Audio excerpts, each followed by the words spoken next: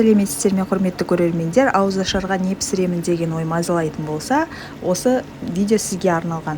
Бұл Рамазан менюдің 9-шы тағамы.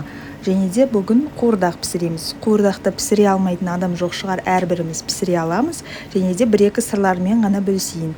Мынандай картопты алдын ала мен қызартып, сыртын бауырсақты пісіретін майдың көлемінде көп майға осылай қызартып, жақсылап қуырып аламын. Сол кезде өз формасын сақтайды. Және де етті 1-2 сағатқа, негізі уақыт болса 2 сағат суға жақсылап бұқтырып алған соң, суы тартылғаннан кейін пиязбен жақсылап қуырып аламын. Және де осы піскен кезде, кейде жартысын піскенге дейін көк пиязды да қосамын. Кейіннен жақсылап пиязы қуырылғаннан кейін ет пен картопты біріктіріп, осы картоп шамамен 8-10 минутта піседі ғой.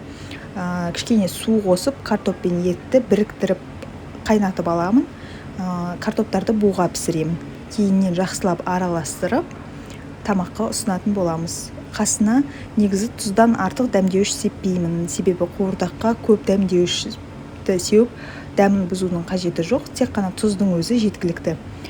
Және де піскен соң, осылай бетіне көк пиязды сеуіп, болмаса өзіңіз ұнаған көкөністерді, шөптерді сеуіп подавать етсеңіз болады.